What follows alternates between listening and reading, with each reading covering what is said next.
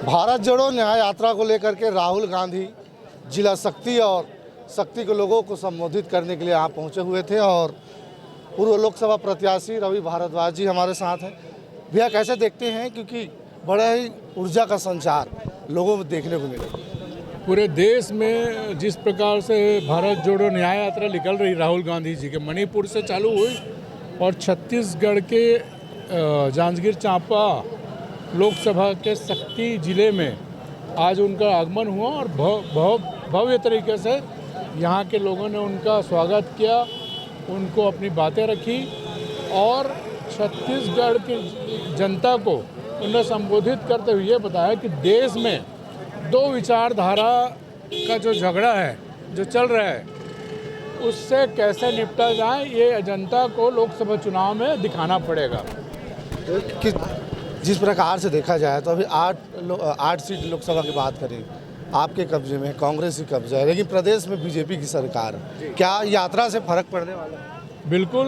निश्चित रूप से जांजगीर चांपा के 8 विधानसभा में कांग्रेस के हमारे विधायक जीते हैं चुनाव और निश्चित रूप से लोकसभा चुनाव में कांग्रेस जांजगीर चांपा लोकसभा से भारी बहुमत से जीतेगी चुनाव। यात्रा से क्या लगता है कार्यकर्ता इस बार कितना संचार ऊर्जा का हो पाया? अभी संचार आप उसी से अंदाज़ा लगा सकते हैं, जो भीड़ दिख रही है कि जो देश में नफरत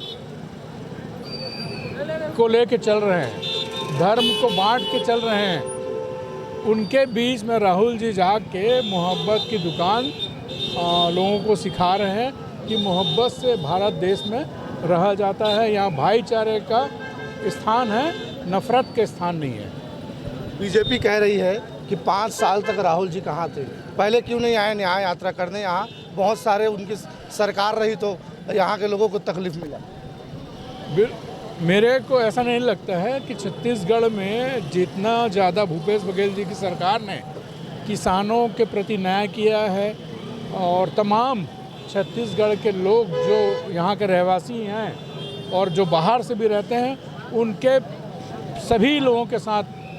भूपेश जी की सरकार, जो कांग्रेस की सरकार है, उनने न्याय किया था।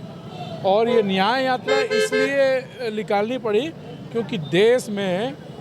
जो